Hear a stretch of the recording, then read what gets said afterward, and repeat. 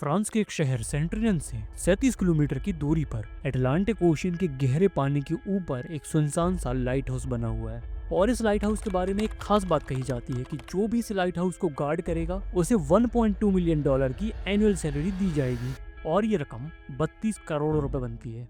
यहाँ पर कोई बॉस नहीं होगा जो आप पर नजर रख सके। जब दिल करे आप आराम से सो सकते हो, आराम से उठो, व्यू एंजॉय करो, फिशिंग करो। आपका काम बस इतना सा होगा कि ये इंश्योर करना कि ऊपर वाली लाइट ठीक तरह से काम करती रहे। आमतौर पर लाइट हाउसेस को समुद्र में एक बुलंद जगह पर या चट्टानों के ऊपर बनाया जाता है ताकि इसकी रोशनी जहाजों और कश्तियों को सही रास्ता दिखा सके, ताकि वे चट्टानी रास्तों से ना टकरा जाएं। पूरी दुनिया में इस वक्त 18,000 से ज्यादा लाइट हाउसेस हैं, लेकिन उनमें से 4,000 लाइट हाउस ऐसे हैं जो पूरी तरह से एक्टिव है। और इन्हीं में से एक लाइट हाउस ऐसा है जिसके बारे में लोग बात करने से भी डरते हैं, जिसका नाम है लाजूमेंट लाइट हाउस, या जिसे जुमोन लाइट हाउस के नाम से भी जाना जाता है। 1888 से लेकर 1904 तक यहाँ 31 बहरी जहाज इन्हीं चट्टानों से टकराकर डूब गए थे और जिसमें 250 से ज्यादा लोग अपनी जान से हाथ धो बैठे थे। और इस टावर को भी इसी मकसद के लिए बनाया गया था ताकि आने जाने वाले बहरी जहाजों को इन पथरीले रास्तों से बचाया जा सके। आपको जानकर ये हैरानी होगी कि इस टावर के बनते वक्त बहुत सारे लोगों की जान गई थी। ये लाइट हाउस 1904 में बनना शुरू हुआ था और 1912 में बनकर तैयार हो गया था। 118 फीट ऊंची इस टावर के बनने में पूरे 8 सालों का वक्त लगा था और इसके कंस्ट्रक्शन में 5 लाख ग्रेनाइट पत्थरों और 1,000 टन कंक्रीट का इस्तेमाल किया गया था। लेकिन एक बात है जो सबको हैरान करती है, वो ये है कि ये लाइट हाउस हमेशा से ही समुद्री लहरों, बारिशों और पूरी तरह से धुंध से ढका रहता है।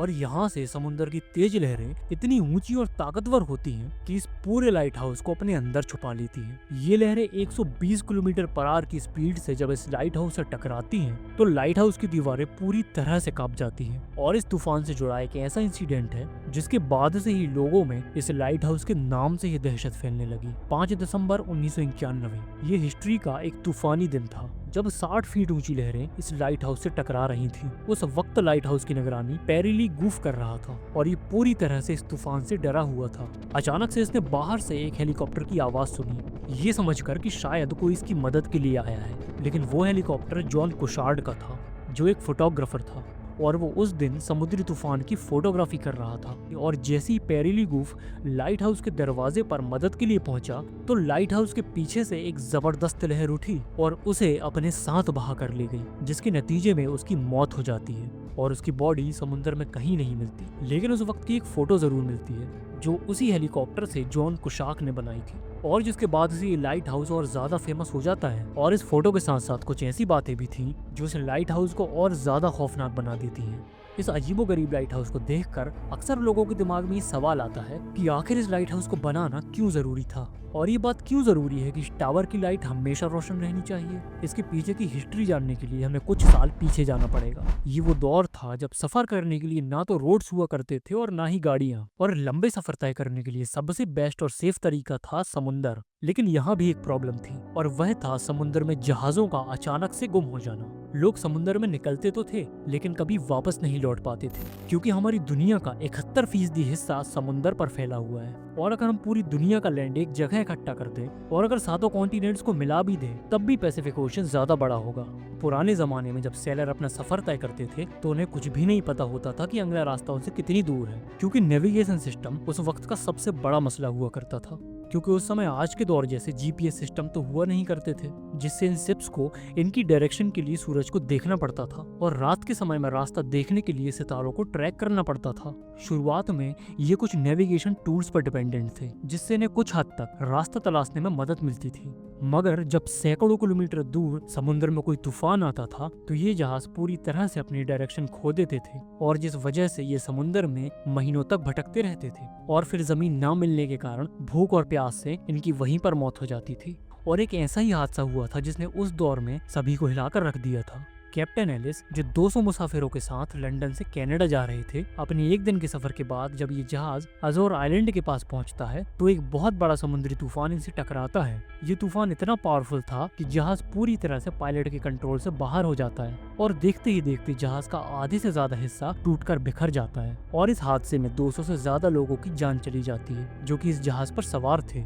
और इस हादसे के बाद दुनिया के पहले लाइट हाउस की शुरुआत होने वाली थी। इजिप्ट के मेडिटेरेनियन सी के पास एंशिएंट सिटी ऑफ अलेक्जेंड्रिया था। अगर आप इस पिक्चर को गौर से देखेंगे तो शहर के किनारे पर जाने के लिए यहाँ से गुजरना पड़ता था। इस बीच बहुत सारे पत्थर होते थे। जब शिप्स रात के वक्त यहाँ से गुजरती थी तो वो इन नुकीली चट्टानों से टकरा जाती थी, जिसके बाद उनमें पानी भर जाता था और वो डूब जाती थी। और इसीलिए वहाँ की किंग पेटोलमी ने उस वक्त के ब्रिलियंट आर्किटेक्ट को बुलवाया ताकि वो कुछ सोल्यूशन प्रोवाइड करा सके। इन सब ने मिलकर एक बहुत ही जबरदस्त मॉडल बनाया जिससे शिप्स को न केवल पथरीले रास्तों और चट्टानों से बचाया जा सकेगा बल्कि उस वक्त के समुद्री लुटेरों से भी महफूज रखा जा सकेगा। और अगर कोई तूफान आता है तो ये मॉडल उसे पहले ही अलर्ट कर देगा। ये एक मीनार था जो 284 फीट ऊंचा था, जिसे व्हाइट मार्बल से बनाया गया था और जिसके टॉप पर रात के वक्त बहुत बड़ी आग जलाई जाती थी, जिसको हर वक्त लगातार ऑयल और लकड़ी की सप्लाई मिलती रहती थी। इस लाइट हाउस को दुनिया के 7 एशियंट अजूबों में से एक माना जाता है और उसके बाद दुनिया के हर एक किंगडम ने ये टावर बनाना शुरू कर दिए थे। आज के दौर में बहुत सारे शिप ऐसे हैं जिनमें एडवांस नेविगेशन फीचर होते हैं और यही वजह है कि ज्यादातर लाइट हाउस अब नाकारा हो चुके हैं। तो अब एक्सपोज करते हैं इस लाइट हाउस के बारे में कुछ ऐसी बातों को जिनका असलियत से कोई लेना देना नहीं है। सबसे पहले बात करते हैं इसकी $1.2 मिलियन की एनुअल सैलरी की। क्या ये बात सच है कि इस टावर पर काम करने वाली वर्कर्स को सालाना 32 करोड़ का पैकेज दिया जाता है?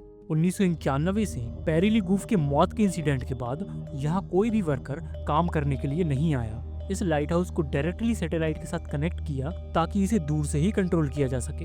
यहाँ काम करने वाले वर्कर्स की जिंदगी खतरों से भरी हुई होती है और इस काम को करने के लिए उन्हें कई महीनों की ट्रेनिंग से गुजरना पड़ता है, इसीलिए कोई आम इंसान यहाँ पर काम नहीं कर सकता। लाइट हाउस के एक कीपर नोमो बीटस ने बताया था कि यहाँ की पहली रात बहुत खौफनाक होती है क्योंकि यहाँ समुद्री लहरें तेज होती हैं और जब ये लाइट हाउस से टकराती हैं तो ऐसा महसूस होता है कि किसी ने लाइट हाउस को धक्का मारा हो और जिस वजह से यहाँ रात भर नींद नहीं आती। उसने ये भी बताया कि मैंने अपनी जिंदगी में कभी खुद को इतना अकेला महसूस नहीं किया। समुद्र की तेज हवाएं मुझे यहाँ पर किसी के होने का एहसास दिला रही थी और ऐसा लगता था जैसे कि मुझे कोई देख रहा है। और जब मैं समुद्र में देखता था तो ऐसा लगता था कि यहाँ से औरतों के रोने की आवाजें आ रही हैं। आमतौर पर इन वर्कर्स की सालाना सैलरी $70,000 से $80,000 के बीच होती है, लेकिन इस $1.2 मिलियन देने वाले लाइट हाउस की आखिर कहानी क्या है? सैलरी का इतना बड़ा फिगर सुनकर दुनिया भर से 1 लाख से ज्यादा लोगों ने इस जॉब के लिए अप्लाई किया, मगर इसकी हकीकत तो कुछ और ही है। दोस्तों, जब ये टावर बना था तो इसके बनने में उस वक्त 1 लाख यूरो का खर्च आया था, जो कि आज के दौर में भी 29 करोड़ रुपए बनते हैं। अब जरा सोचिए कि जो लाइट हाउस बना ही 29 करोड़ रुपए में था, उस पर काम करने वाली कीपर की सैलरी 32 करोड़ रुपए कैसे हो सकती है? ये एक तरह का बिजनेस है जिसका फायदा उठाकर लोगों के साथ बहुत बड़ा स्कैम किया जा रहा है। इस स्कैम का शिकार ज्यादातर वो लोग हुए हैं जिन्होंने इस जॉब के लिए फेक वेबसाइट के थ्रू फॉर्म सबमिट किए थे और यही इसकी हकीकत है।